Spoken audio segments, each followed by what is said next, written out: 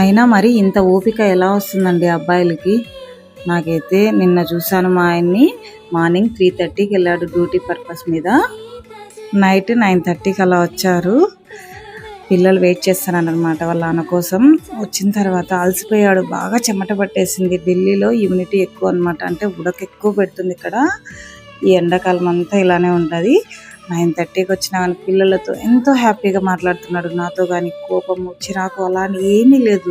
నేను అడిగా, నువ్వు అలసిపోయావు కదా, కొంచెం కానీ కోప్పడట్లేదు, సైడ్కి రండి పిల్లలు అది ఇది అంటే, నేను చేసేది మీకోసం, నేను అంత పని చేసి వచ్చి మీ మీద కసురుకుంటే ఇంట్లో వాతావరణం అంతా చెడిపోతుంది, ఎందుకు అవసరమా? 2 minutes అట్లా వాటర్ తాగేసి కూర్చున్నాను అనుకో, హ్యాపీగా పిల్లలతో కొంచెంసేపు ఆడుకుంటే అలుపు అంతా తీరిపోతుంది. అనవసరంగా ఎందుకు గొడవలు ఇంట్లో అంటున్నాడు. చాలా హ్యాపీగా ఫీల్ అయ్యాను, ఎందుకంటే ప్రతి ఒక్కరు ఇలానే ఉంటారు ఇక్కడ. గవర్నమెంట్ జాబ్స్ అన్నమాట ఇక్కడ. వాళ్ళకి క్వార్టర్స్లో ఉన్నారు, వైఫ్ అండ్ హస్బెండ్, పిల్లలు. ఎందుకంటే థర్డ్ పర్సన్ ఎవరు లేరు. మనం ఎంత కోపన్నా భార్యాభర్తలం మళ్ళీ కలవాల్సిండేది, ఎందుకంటే అత్త మామ అమ్మ నాన్న ఎవరు ఉండరు ఇక్కడ.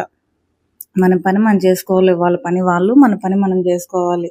అలాంటప్పుడు సర్దుకొని పోవడం చాలా ఇంపార్టెంట్ అంటున్నాడు. అయినా అది నిజమేను, కానీ నేనైతే కొంచెం వర్క్ చేసేదానికి అలసిపోతానండి, చాలా కోప్పడతానమాట. నేనైతే ఒప్పుకుంటానండి, మగవారికి కొంచెం ఓపిక ఎక్కువ, అదైతే నిజం. కమెంట్లో చెప్పండి ఎవరికి ఓపిక ఎక్కువ అనేది. అయితే ఎగ్ కర్రీ చేశాను, చాలా టేస్టీగా ఉందండి. లాస్ట్లో నేను పేస్ట్ చేశాను కదా, అది కాజు, కొబ్బరి తురుము, కొన్ని నువ్వులు అన్ని మిక్సీ పట్టేసి వేసాను అనమాట. పేస్టీగా చాలా టేస్టీగా ఉంటుంది. ట్రై చేసి కమెంట్ చేయండి. Thank you. సబ్స్క్రైబ్.